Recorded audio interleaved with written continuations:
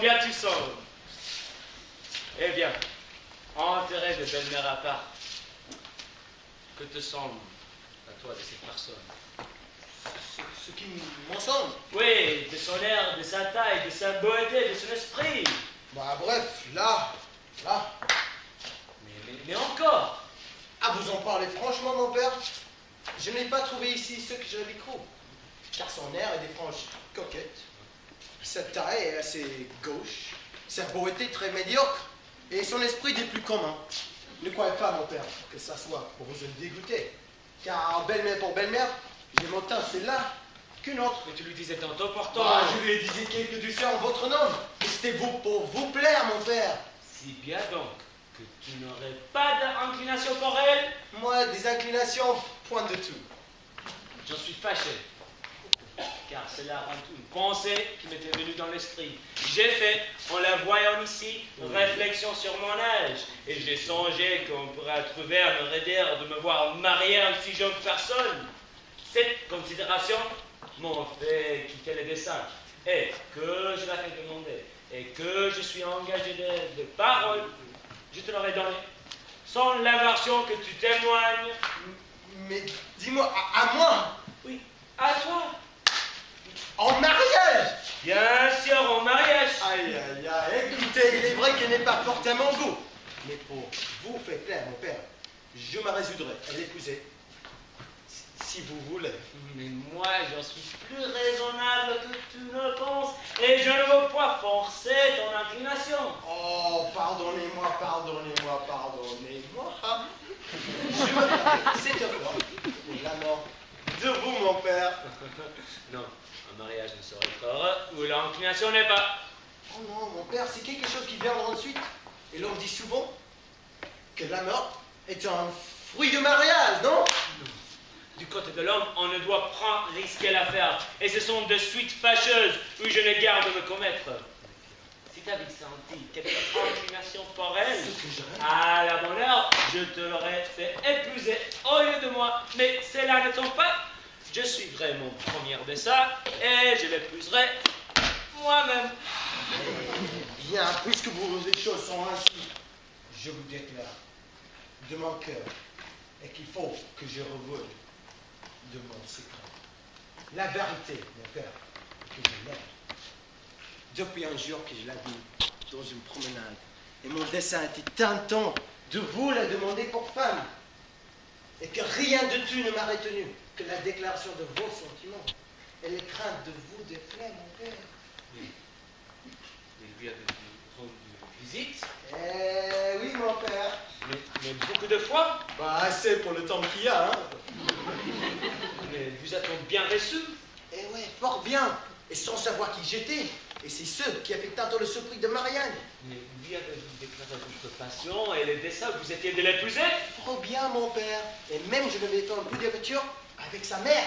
Et sa mère a-t-elle écouté pour sa fille votre proposition? Oui. Comme si vivement. Et la fille correspond-elle fort à votre amour? Si j'en dois croire les apparences, mon père, je me persuade qu'elle a quelque bonté pour moi. J'en suis fâché, car c'est la rend une pensée qui m'était venue dans l'esprit. Et je suis bien aise d'apprendre un tel secret. Oh, Sus, oh mon fils, Mon père. oh, savez-vous ce qu'il y a? Non, S'il dis-moi. vous plaît, ce qu'il faut songer. Dis-moi. À vous défaire votre amour, à cesser toute vos poursuites auprès d'une personne que je prétends pour moi, et à vous marier dans peu avec celle qu'on vous estime. C'est ainsi que vous me jouez, mon père. Eh bien, puisque les choses sont venues là, je me déclare, moi, que je ne quitterai point la passion que j'ai pour Marianne, et qu'il n'y a point d'extrémité où je n'abandonne pour vous disputer sa conquête, et que si vous avez pour vous le consentement d'une mère, j'aurai d'autres secours qui combattront pour moi.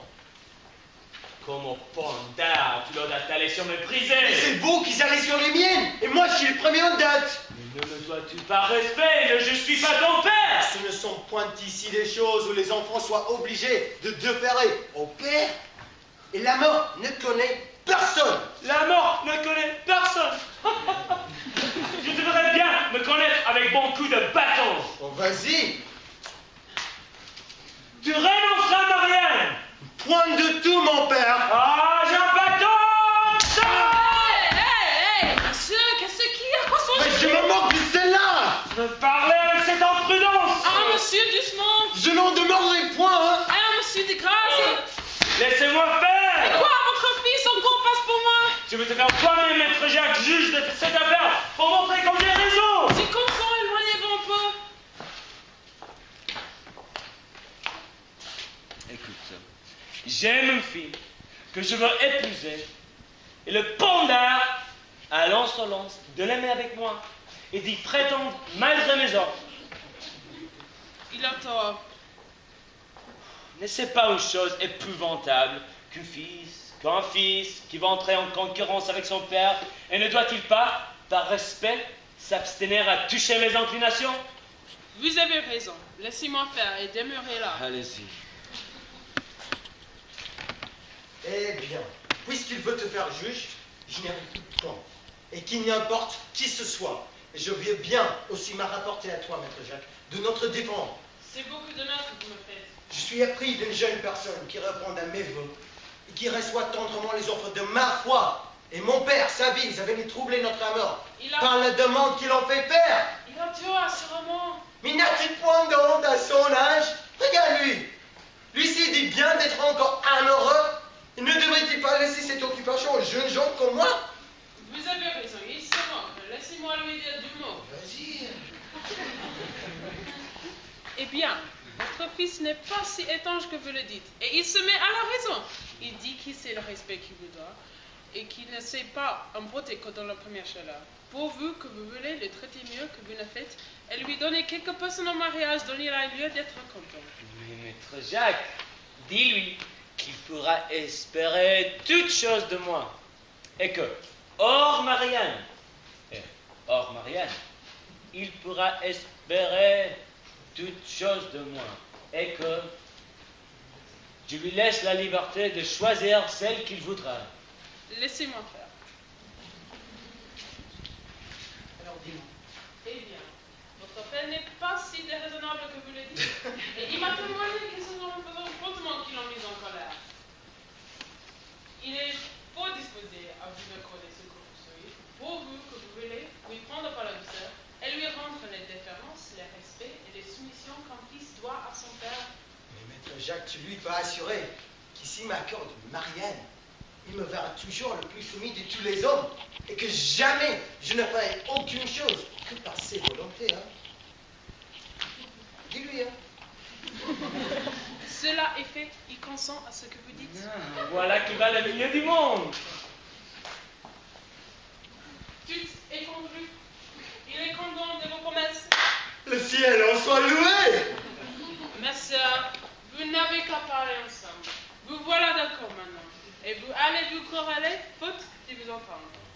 Maître Jacques, je te serai obligé toute ma vie. Il n'y a pas de quoi, monsieur. Oh, maître Jacques, tu m'as fait grand plaisir. Et cela mérite une récompense. Ah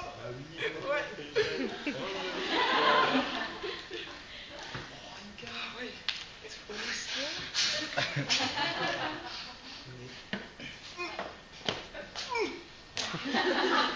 Je vous baise les mains.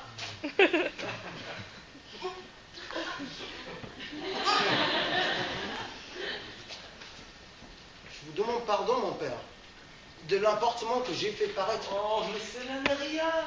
Non, mais je vous assure, mon père, que j'en ai tous les regrets du monde. Hein. Oh, mais moi j'ai tous les joies du monde de te voir raisonnable. Viens ici. Quelle bonté à vous d'oublier si vite ma faute. Mais Hein. on oublie aisément les fautes des enfants lorsqu'ils rentrent dans leurs devoirs.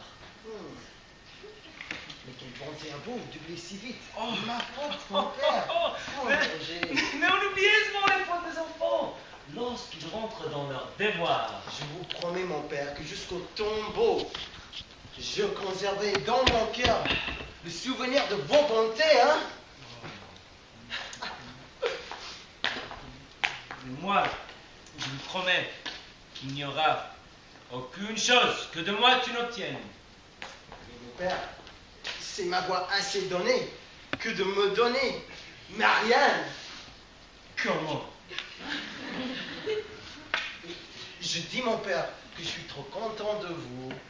Et je trouve toute chose dans la bonté que vous avez de m'accorder avec ma belle Marianne. Mais c'est qui parle de t'accorder, Marianne? C'est vous, mon père. Moi? Sans doute. Mais c'est toi qui as promis d'y renoncer. Moi, y renoncer? Point de tout.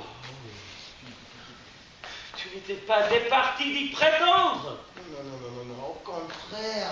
Je suis porté plus que jamais. Laissez-moi faire, prêtre. Faites tout ce qui vous plaira, mon père. Je te défends de ne jamais voir. À la bonne heure. Je t'abandonne. Pas abandonné. Je te renonce pour mon fils. So what? Je te déshérite. Faites tout ce que vous voudrez, mon père. Et je te donne ma malédiction. Je n'ai que faire de vos dons.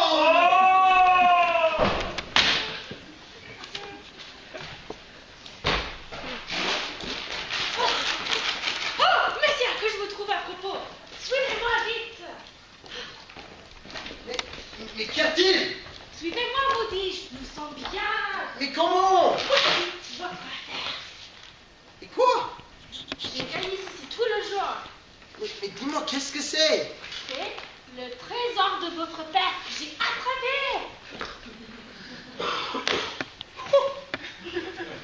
Oh là là! Oh, mais comment as-tu fait?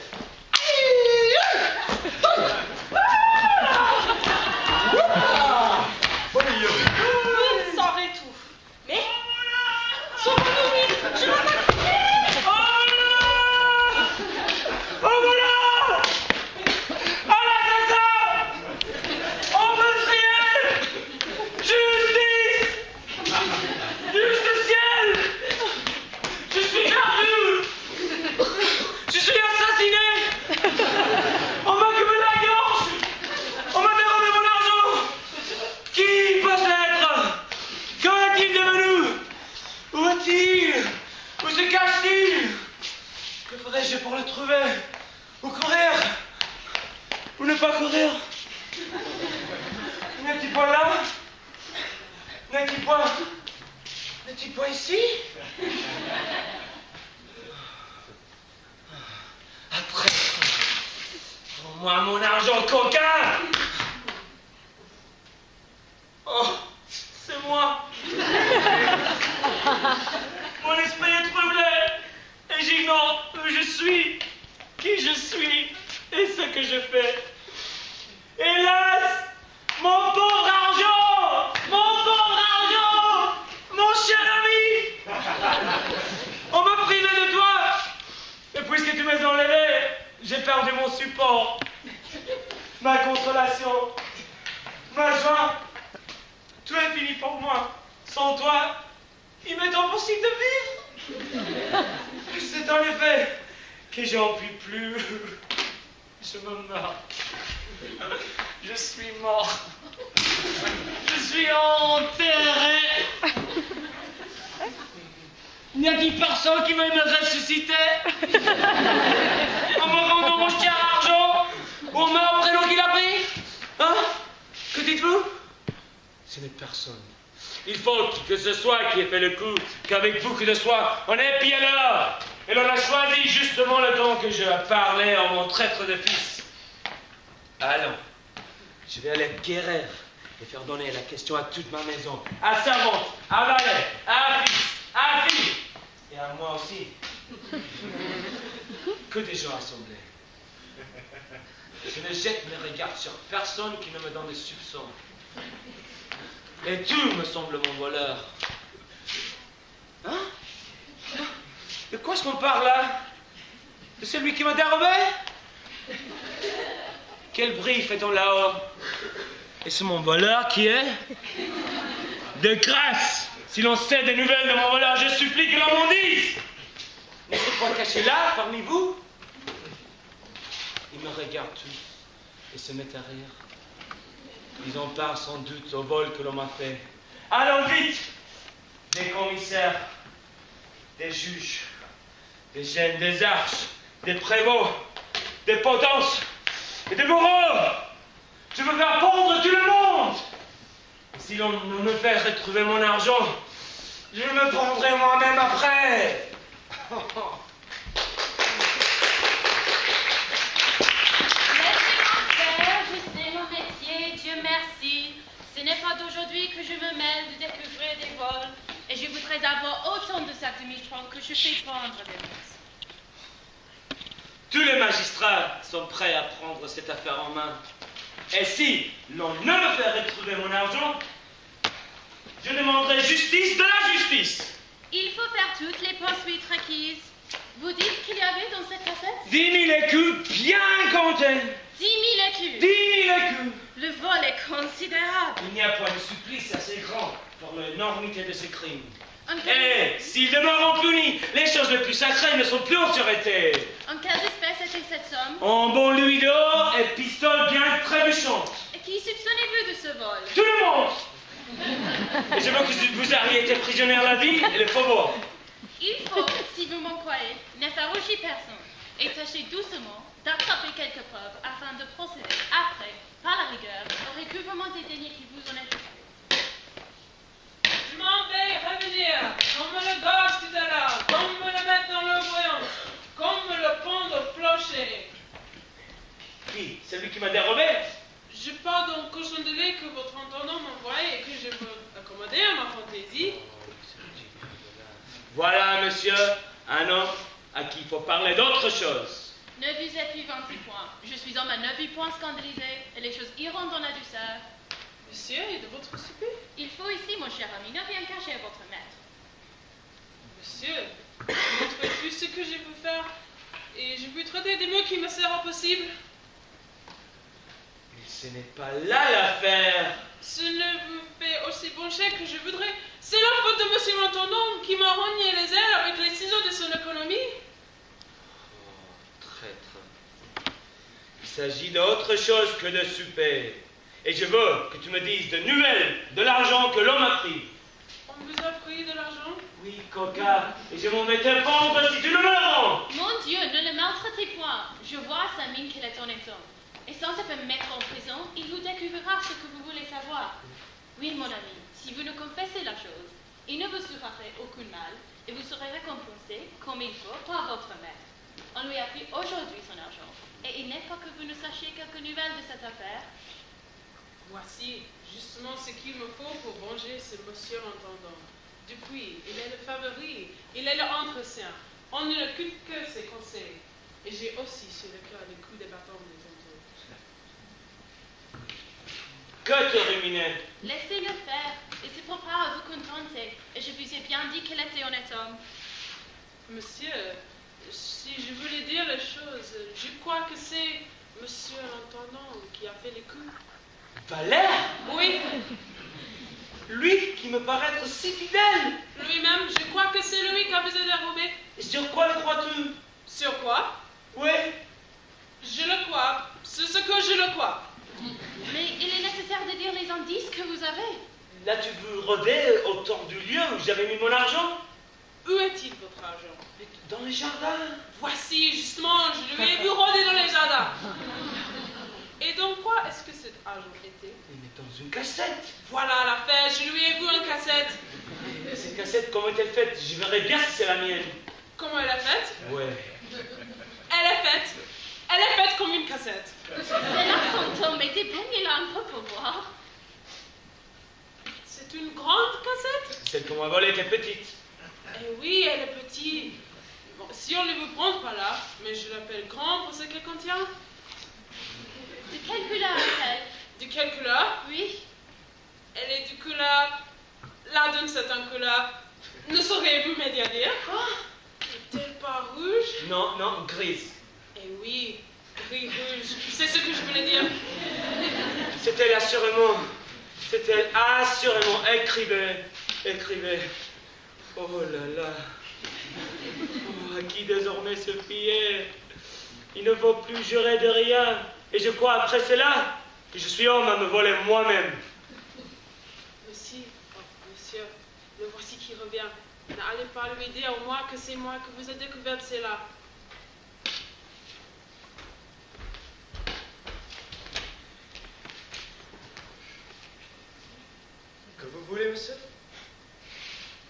c'est l'action la plus noire, l'attentat le plus horrible qui jamais été commis. Comment, traître, tu ne rugis pas de ton crime? De quel crime voulez-vous donc parler? De quel crime je veux parler? Enfin, comme si tu ne savais pas ce que je veux dire! C'est en vain que tu prétendrais me le déguiser. Oui, l'affaire est découverte. Et l'on m'apprend tout. Comment abuser ainsi de ma bonté? Et s'introduire exprès chez moi pour me trahir, pour me jouer en tort de cette nature. Monsieur, puisqu'on va s'éduquer vers tout, je vous prends chercher des détours et devenir la chose. Aurais-je deviné sans y penser? C'était mon dessein de vous en parler. Et je voulais attendre pour cela des conjonctures favorables. Mais je vous conjure de vous pas fâcher, de vouloir entendre mes raisons. Quelle raison? Et quelle belle raison peux-tu me donner, voleur infâme? Monsieur, je n'ai pas mérité ces noms. Il est vrai que j'ai commis une offense envers vous.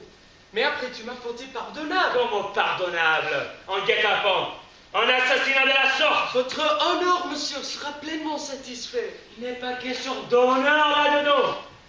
Mais je veux que tu me dis qui t'a porté à cette action.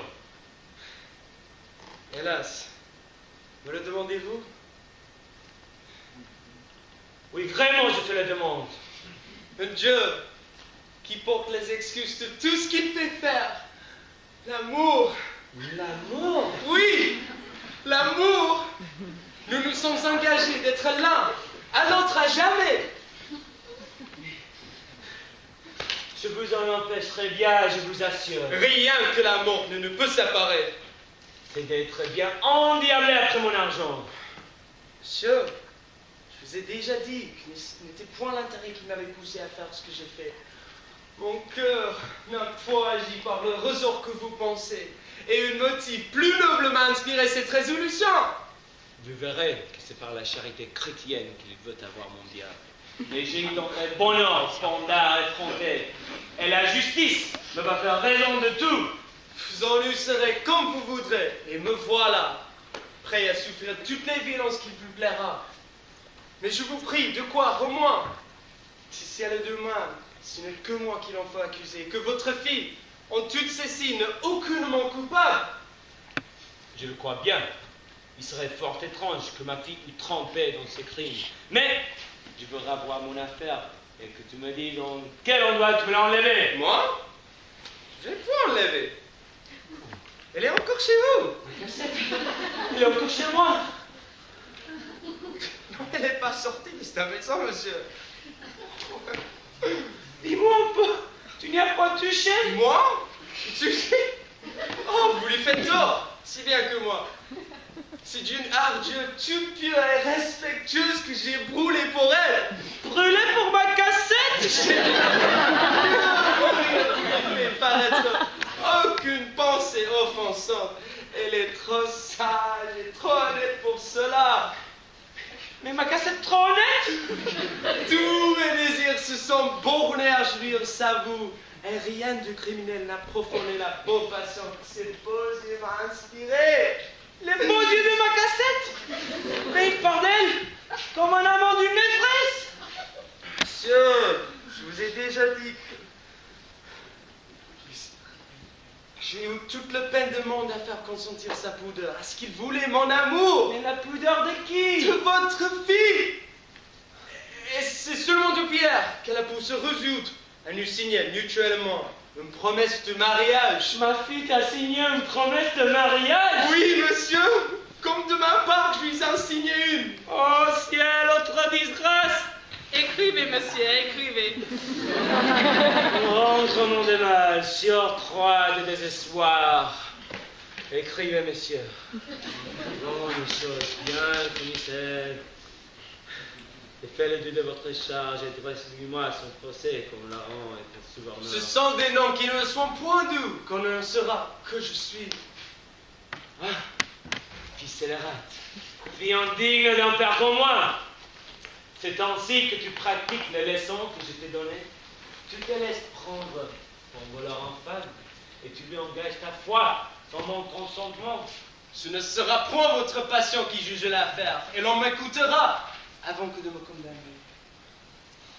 Je me suis abusé de tes impotence et tu seras heureux tout vite. Non, mon père, prenez des sentiments pour plus humains, je vous prie. Et n'allez point pousser les choses dans les dernières violences de pouvoir paternel. Donnez-vous le temps de considérer ce que vous voulez faire.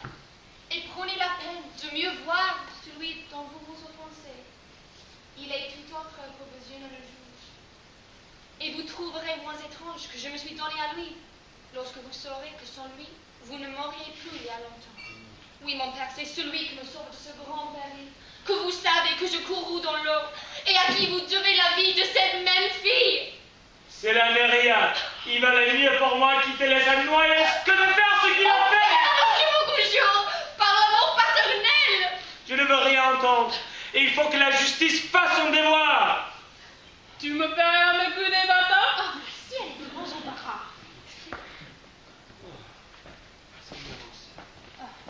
Bien, Seigneur Dragon, je vous vois tous émus. Seigneur Anselme.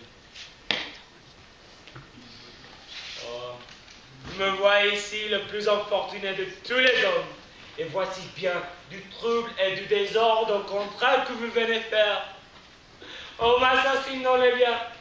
On m'assassine dans l'honneur. Et voilà l'homme, un traître, un scélérat qui a violé tous les droits les puissants, qui s'est coulé chez moi pour me dérober mon argent et pour me suborner ma fille. Je ne vois pas quel crime on peut faire de la passion que j'ai pour votre fille. Oui, ils se sont donnés l'un à l'autre une promesse de mariage. Cet affront vous regarde, Seigneur Anselme, et c'est vous qui devez poursuivre toutes les poursuites de la justice nécessaires pour vous venger de son insolence. Ce n'est pas mon dessein de me faire marier par force et de rien prétendre à un cœur qui se serait donné. Mais pour vos intérêts, je suis prêt à les embrasser ainsi que les miens propres. Voilà, monsieur, qui est un honnête commissaire, qui ne oubliera rien de ce qu'il m'a dit de la fonction de son office. Faites-le de votre charge et rend les choses bien criminelles.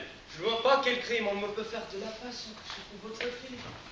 Et le supplice, vous croyez que je puisse être condamné pour notre engagement lorsqu'on saura ce que je suis?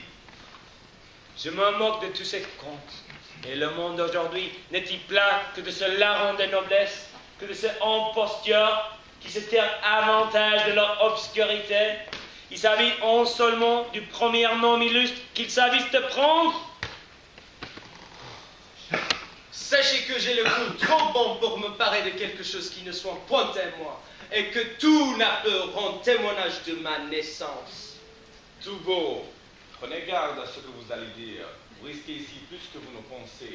Et vous parlez devant un homme à qui tout n'a que connu. Et vous devez donc voir clair dans l'histoire que vous ferez. Je ne suis point homme à rien craindre. Et si Naples vous êtes connu, vous savez qui était Dom Thomas d'Albercy. Sans doute, je le sais. Et peu de gens l'ont connu mieux que moi. Songez à me parler. Ce n'est pas un imposture. Je n'avance rien qu'il me soit aisé de justifier. Mais je me moque de tous ces contes. Je me moque de ni d'homme Thomas, ni d'homme d'Apotchi, ni de d'homme Conrad, ni de d'homme Crétin. Grâce, laissez-le parler. Je verrai ce qu'il veut dire.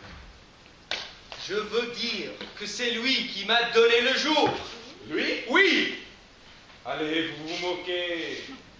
Trouvez quelle autre histoire qui vous puisse mieux vous réussir. Et ne prétendez pas vous cacher sous cette imposture. Songez à mieux parler. Ce n'est point une imposture. Je n'avance rien qu'il me soit aisé de justifier.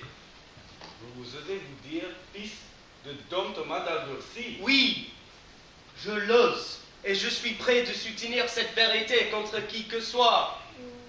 L'audace est merveilleuse. Mais apprenez, pour vous confondre, qu'il y a 16 ans pour le moins que l'homme dont vous nous parlez périt sur mer avec ses enfants et sa femme en voulant dérober leur vie des cruelles persécutions qui accompagnaient les désordres de Naples et qui en firent exiler plusieurs nobles familles. Mais vous, apprenez, pour vous, confondre que son fils, âgé de 7 ans, avec une domestique, fut sauvé de ce naufrage par un vaisseau espagnol, et que ce fils sauvé est celui que vous parle, que j'ai su depuis peu que mon père n'était point mort, comme je l'avais toujours cru, que passant ici pour l'aller chercher une aventure par le ciel, me fit voir la charmante Élise et que me rendit esclave de ses beautés. Mais quel autre témoignage autre que vos paroles nous peuvent assurer que ce ne soit point une fable que vous avez bâtie sur une vérité? Le capitaine espagnol, une cachette de rubis qui était mon père, le bracelet d'agate que ma mère m'avait mis au bras, le vieux Pedro, ce domestique qui se sauvait pour moi du naufrage. Hélas, à vos paroles, j'ai pu ici répondre-moi que vous n'opposez point, et tout ce que vous dites me fait connaître clairement que vous êtes mon frère. Vous êtes ma sœur? Mon cœur s'est ému de le moment que vous avez aidé la bûche, et ma mère, que vous allez ravir, m'a mille fois entretenu des disgrâces de notre famille. Le ciel ne nous fit aussi carré dans cette triste naufrage, mais il ne nous sauva la vie que par la perte de notre liberté, et ce furent des corsaires qui nous recueillirent, ma mère et moi, sur une débris de notre vaisseau. Après 10 ans d'esclavage, une heureuse fortune nous rendit notre liberté. Et nous retournâmes dans Naples, où nous trouvâmes tout notre bien rendu, sans y pouvoir trouver de nouvelles de notre père. Nous passâmes à Gênes, où ma mère allait ramasser quelques malheureux restes d'une succession qu'on avait déchirée. Et de là, où on n'a pas part en justice de ses parents, elle vint dans ce lieu où elle a presque vécu une vie languissante. Ô ciel, quels sont les traits de ta puissance que tu fais bien voir qu'il n'appartient qu'à toi de faire des miracles? Embrassez-moi, mes enfants. Embrassez de votre père. Vous êtes notre père? Oui, ma fille. Oui, mon fils. Je suis Don Thomas d'Alboxy. Et que le ciel garantit, avec tous les anges qu'il portait, que l'homme que vous ayez cru mort durant plus de 16 ans, se préparer après de longs voyages à chercher dans l'hyménée d'une sage et douce personne la consolation de quelques nouvelles familles. Et ensuite trouver moyen de vendre ce que j'avais, je me suis habitué ici. Je suis le nom d'Anselme, j'ai voulu m'éloigner des chagrins que cet autre nom longtemps causait. Mais c'est là votre fils? Oui, c'est là, mon fils. Je suis parti à payer le 10 000 écus qui m'a volé. Qui a dit cela? Maître Jacques. C'est toi! C'est toi qui l'as dit! Ah, vous voyez que je ne dis rien. Ah, voici le monsieur qui a reçu sa déposition.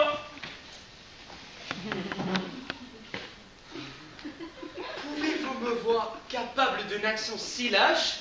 Capable ou non capable, je veux ravoir mon affaire. Ne vous tormentez point. Il n'accuse personne. J'ai découvert des nouvelles de votre affaire, mon père.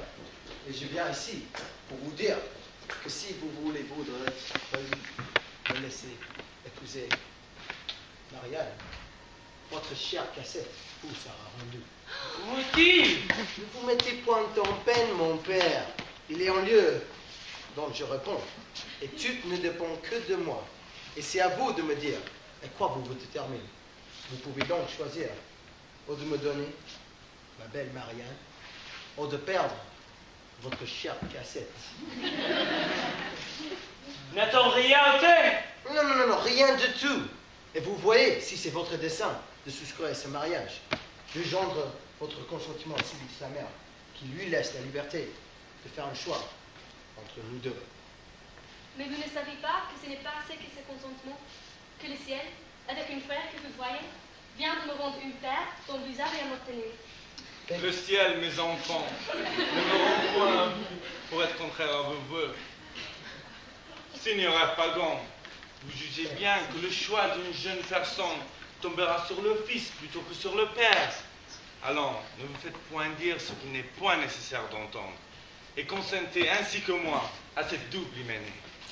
Il faut, pour me donner des conseils, que je voie ma cassette. Il n'y a pas de quoi, monsieur. Vous la verrez saine et entière.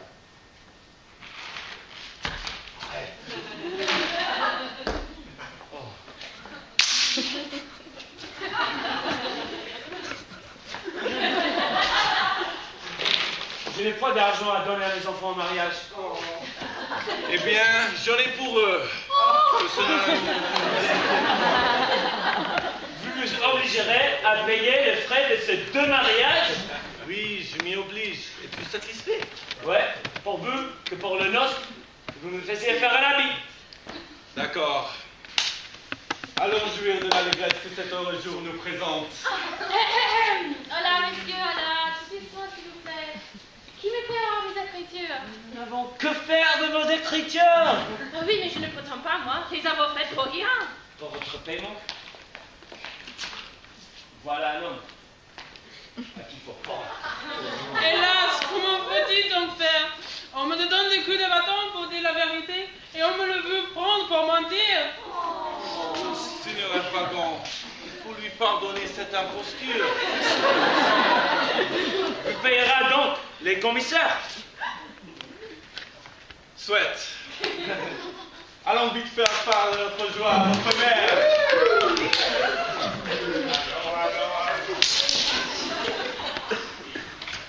Et moi voir. Oh, ma chère cassette.